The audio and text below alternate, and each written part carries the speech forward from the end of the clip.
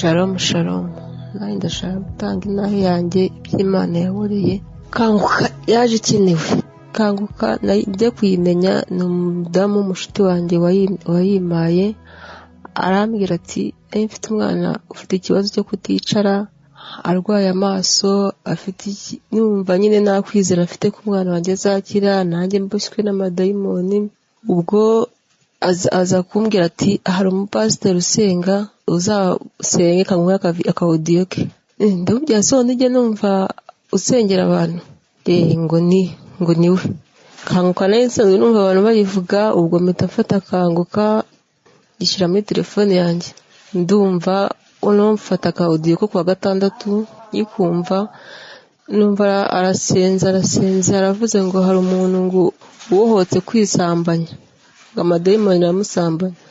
Ibyo bintu najyaga mbyumva ariko simenye ibyo ari byo, nkumva nyine ngagira ngo ni ukurota bisanzwe, ariko ndashima Imana ko yambohoye, kuko akibivuga numvise umubiri wanjye wose wuzuyemo ubushyuhe, numva ndahindutse. Ubwo kuva icyo gihe sindongera kumva ayo madayimoni aza kunsambanya, nahindutse indi muntu mushya.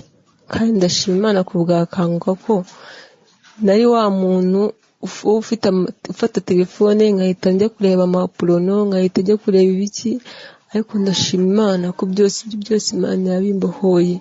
Imana nishimwe nihabwe icyubahiro, kuko kanguka yaje ikenewe. Kandi ndashima Imana cyane ko kujya muri kanguka yatumye menya ijambo ry'Imana, menya ibintu buri munsi mba numva buri gitondo sinajya mu kazi numvishije kanguka yangishije gusenga. Ubu ndasenga nkashima, nkumva nduzuye. Ubundi mbere najyaga mbyuka mu gitondo byibagirwa no gusenga, ku busi nasohoka mu nzu nasenze. Ndashima Imana cyane, kanguka yaje ikeneye mu buzima bw'abantu. Kanguka ni nziza, kanguka ihumuriza isi yose. Kanguka yanyishije ibintu byinshi. Nari mfite umwana nasengeraga yari ataramenya kwicara, ariko kuva najya muri kanguka yamenye kwicara, ndizera.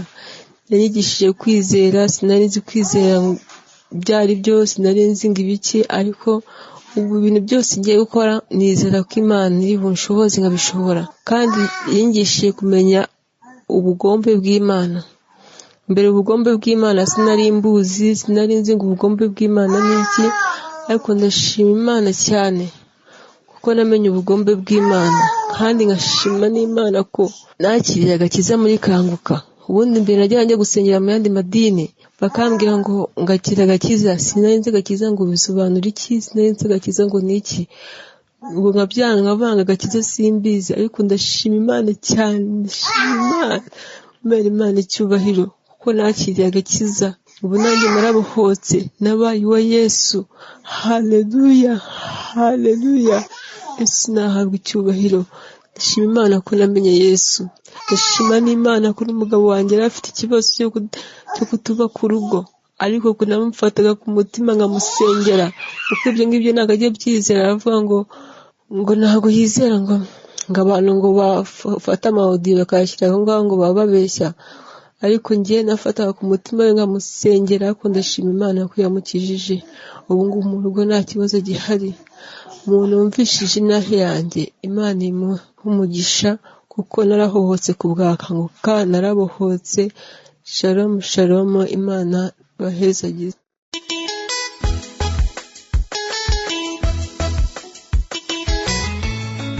Shalom, nipfuje gutanga intahe nziza nabonye muri kanguka. Kanguka yaje hageze. Kanguka ifasha benshi. Imana ishimwe cyane. Ndashimiye Imana yadushoboje kuronka iki kiganiro, kuko kiradufasha cyane. Caramfashije jewe ubwanje personnellement, carampinduye mu buryo butangaje cyane. Kera nari umuntu mubi gose, narakora ibyaha bitandukanye, ibyaha byinshi gose, akaboregwe, ubusambanyi, ububeshi, ishari, inzigo, urwanko. Nari umuntu atikunda, nari umuntu ntabona kazoza, nari umuntu byari bigoranye cyane. Nari mfise ibintu byo gukekeranya ibintu byinshi cyane mu buzima, ariko kubw'iki kiganiro nagiye ndahinduka gose. Imana ishimwe cyane. Kanguka ndayizi haraciye igihe kitari gito, mugana agenda ndayumviriza, rimwe nkavyumviriza ahandi ugasanga sindiko ndavyumviriza, wanashaka nayo nyene ubwayo nkayikekeranya nkavuga nti ibi bintu bitashoboka. Iyo abantu batanga intahe numva umenga ni ibintu bagiye inama n'umuvugabutumwa, ariko Imana ishimwe cane kandi mbabarire kuko yaranambabariye ndatahura biciye mu ntahe benshi bagiye barashikiriza ngaha. Intahe narumvise ko ari zifasha kandi zigashoboza umuntu kwizera cane. Ego muri ivyo bigeragezo n'ivyaha nahozemwo nagiye ndacamwo, naragerageza ubwanje kuvyikuramwo mugabo bikananira. Hari abagenzi benshi bagenda barambwira ngene bagiye barakizwa, nkumva intahe nkavuga nti ivyo bintu nivyo mwigira, woshobora kwifatira ingingo ubwawe, ariko shengero ry'Imana shetani icisha mu bintu vyinshi ikagubesha ko hari ibintu ushobora kwikorera ariko ntibikunde. Naragerageje ndagenda baransengera kugira mpebe inzoga, ndavuga nti ibi bintu kweri jewe simbona ngiye kubaho n'ingene ngiye kubivamo. Ariko Imana ishimwe kubw'iki kiganiro, hari inyigisho nyinshi numvirije kandi zagiye ziramfasha. Ubu tuvugana inzoga nta nyota yayo nkiyifitiye, reka n'ibindi vyaha vyose nta nyota y'icaha na kimwe nkigira. Imana iramfasha biciye muri iki kiganiro. Misi yose ndacumbiriza iyo ntakironsa, ahubwo numva umenga nabuze irasyo. Biba bisa nuko nabuze ivyo kurya ntumvirije inyigisho n'amasengesho aca muri iki kiganiro. Imana ishimwe cane kandi ihezagire umukozi w'Imana, ishishikare kumwongera amavuta yo gukwiza ubutumwa kw'isi yose. Abataburonka baze abagenzi baba bafise baze babukwiragize hose. Niyo amamega yamperanye vyanse, ubu ncafata amarchive nkumviriza kuva ku wa mbere gushika ku wa gatanu, inyigisho zigenda zirahaca n'amasengesho yo ku wa gatandatu, nkumva nyene ndemye mfise amahoro menshi ku mutima. Novuga sindoheza ivyiza nabonye muri kiganiro, ariko nari mfashe akaganya kugira ngo nshinge intahe mvuga ukuntu Imana yampinduye ikankura mu kaboregwe, mu vyaha vyose bitari bigira uko bingana nakora, kuko vyarambuza amahoro mu mutima. Ariko ubu mwanya tuvugana ndumva ndemye, ndagira amahoro, nkagira ivyizigiro vya kazoza, nkagira ukwizera kubw'inyigisho n'intahe nyinshi numvirije kandi nama nkura ngaha muri kiganiro. Vyanshoboje gusenga, ubu singisiba gusenga. Kera narasenga canke sinsenge, ariko nasanze gusenga ari ubuzima. Hari umupasiteri yama atubwira ati gusenga kuwa Mungu ntibikwiye, biba bisa no gufungura rimwe. Rero iyo umuntu afungura ibidakwiye uca ugoyagoye ukagira intege nke. Nico gituma gusenga nasanze ari ubuzima. Hari n'ikindi camfashije, ikiganiro caciye ngaha itariki 12 z'ukumunani, umukozi w'Imana yigisha ku bijanye n'abaheruka gukizwa ku bagenzi mwahorana. Nivyo vyambayeko, narige bwa mbere nabona umenga abagenzi sinobava inyuma, sinobarekura, ariko maze gusubirana nabo naguma mbona umenga no kwirinda nkigengesera. Ariko bane b'Imana vyari ibintu bitoroshe cane, usanga wasubiye mu vyo wavuyemwo kandi vyaca bimbabaza cane. Ariko Imana ishimwe kubw'inyigisho zica ngaha zaranshoboje. Ubu ndizera neza ntakekeranya yuko Imana iri kumwe nanje, kandi umunezero mfise usumba uwo nahorana. Hari umunezero, hari ubuzima, kuko ubu nabo bagenzi twahorana barambaza bagatangara, bariyumvira bakandaba, bamwe bakantinya, abandi bagatangara bakavuga bati ntituvyumva, ntituvyemera, ati uko biri kose wewe uzosubira kuzinywa, uzosubira kunywa inzoga. Ni mw'izina rya Yesu ivyo vyararangiye. N'umuntu yahoranywa inzoga ntakiri jewe, urya muzi urya yarapfuye, ati umubona n'umwana w'Imana, ndi mushasha, ndi muzima. Rero Imana ishimwe cane, yumva gushima kwanje, intahe ifashe benshi, kandi savye imbabazi Imana kuba naratinze gutanga intahe. Naravyifuza kenshi, ariko Satani kaguma inca intege. nkagerageza kugira ngo ntange intahe bikanka, ariko Imana ishimwe cane ko inshoboje gutanga iyi ntahe. Imana ni nziza cane kandi yumve ko ndayishimiye, kandi nzokwama ndayishima kuko atawundi ahwanye n'Imana. Shalom shalom.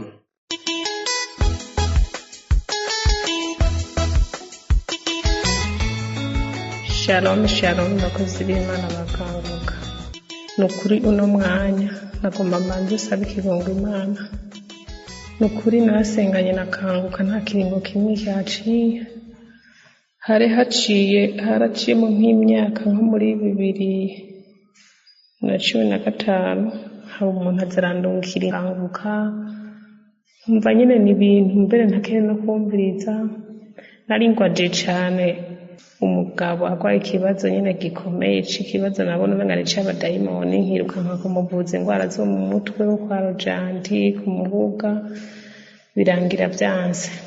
Muri uno mwaka muri 2021 hari mu kwezi kwa kabiri, hari umuntu yambwiye ati nukuri kubera icyo kibazo wewe wirukankira kuvuza ukabona uburyo buraguheranye, raba ukuntu woza urasengana na kanguka. Nukuri icambere mbanje gushima Imana, narakize kwidodomba. Nari umuntu araguza cane, amafaranga nza kubona yamperanye. Ku munsi nariha amafaranga menshi, urubwo natuma, urubwo nishikirayo, abapfumu n'abantu babi bana b'Imana.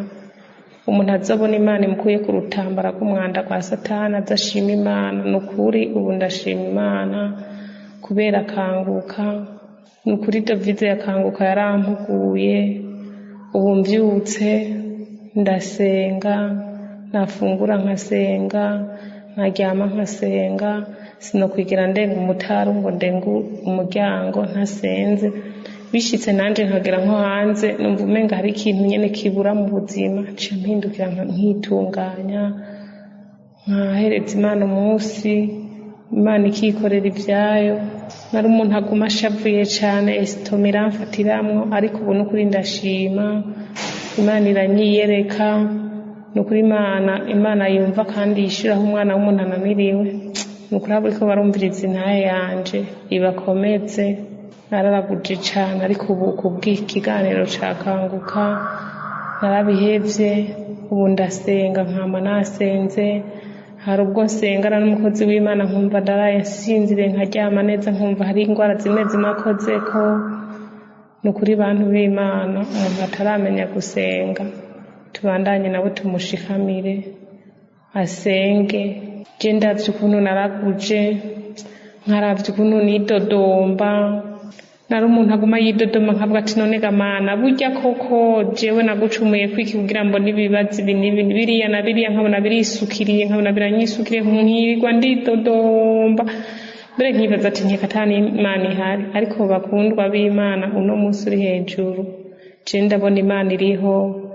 Umuntu ataramenya kanguka, nukuri no kumusengera namenye gusengana na kanguka. Nukuri kanguka iraremesha.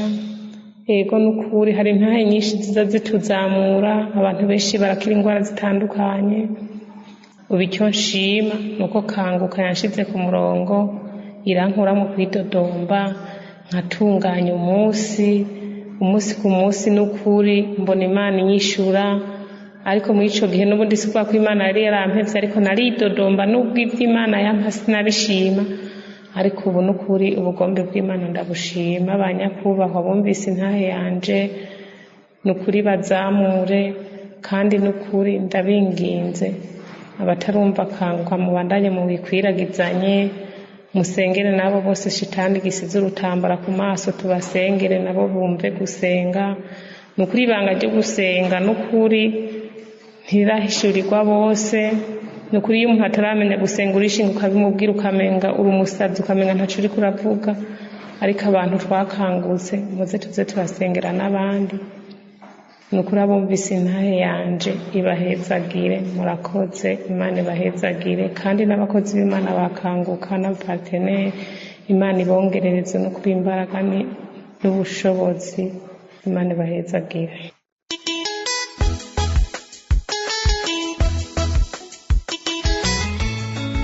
Shalom banywanyi bakanguka.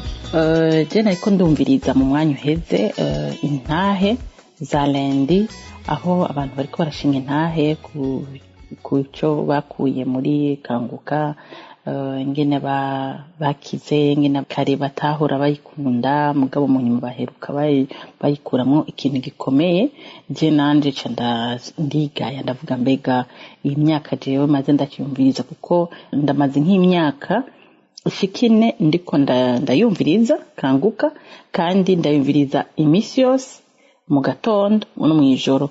Zijya ntahe za 5 je ndazumviriza mwijoro kubera akazi. Hama rero ntaravuga none ko aba bose bariko barashinga intahe bavuga ico yabamariye, none jewe iyi myaka ntaco yamariye. Je ndashima cyane ko hari ico yamariye kininiya.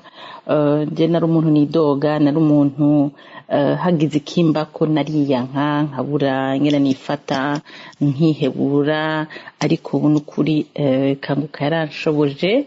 Nta kintu na kimwe kishobora kunshikira ngo mbone ko isinguye ko ndazi ko kiba cabaye kiri mu wundi mugambi Imana yateguye kugira ngo mbe mu kindi. Hama jewe rero nari ndyamye ndiko ndayumviriza comme d'habitude misi yose mwijoro. Hama mu nyuma ndamera nk'uwikawushango nahereje kuyumviriza, ariko ngumana iryo jwi rimbwira ati none muri iyo myaka 5 kanguka imaze nawe, none ko n'ubu kibandanye yumviriza, haguruka uje kuvuga turanigana. Ubu tugeze isaha 7:05 niho ngiye kubona kuvuga ntireka n'ukuri nsinde satani nze mvuga neza nayokuye muri kanguka. Kanguka yaranyigishije gusenga, ndabyuka mu gatondo ngasenga, ngategura umunsi.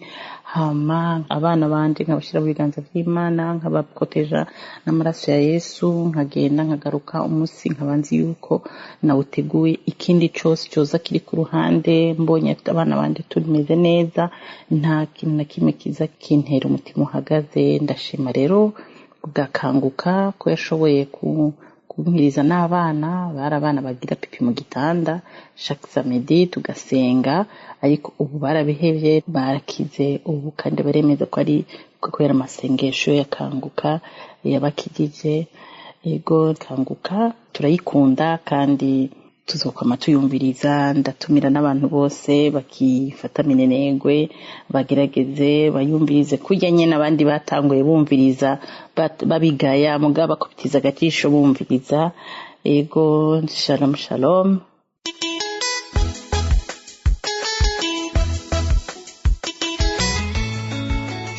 Shalom kunzi bakanguka.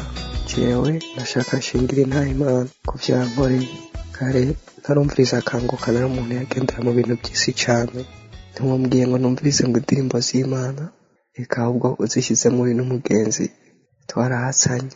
Indirimbo shasha y'abasani igezweho isohotse nizo nashaka kuriyumviriza gusa, ariko kandi naba mu by'isi cyane nari mboshwe no kwisambanya. Icyo gihe niho petit frère wanje yugurura ku radio, yuguruye icyo kiganiro wewe yarakimenyereye rija ku radio, arugurura. Hanyuma ndaja ngaho nyene ndumviriza nyene bisanzwe, kandi nanze ati ku radio nyene ni ibintu bisanzwe ndumviriza. Hanyuma mu mwanya wo gusenga ivyo nariko ndakora cambaza ndabishira hasi, ndavuga ati reka icishe bugufi ko ari umwanya wo gusenga. Icyo gihe niho numva manifestation, numva ibintu bimeze nk'umuyaga nkuba, kujya ufashwe n'umuyaga nkuba urafata guhera mu mutwe biramanuka kugera epfo mu maguru. Niho n'umukozi w'Imana yaciye abivuga ati hari umuntu yumva manifestation, ati zo n'imbaraga z'Imana zikugendeye. Mw'ico gihe cyane ndumva ko Imana ibaho, ndumva ko Imana igikora, ushobora gukora ku muntu akabyumva. Kuko ubwa mbere je n'abantu bavugisha cyangwa bereka narabipinga gose, ndavuga ati ibyo bintu ntibinabaho, ibyo bintu ntabwo nivyo abantu babesha, nivyo abantu bivugira.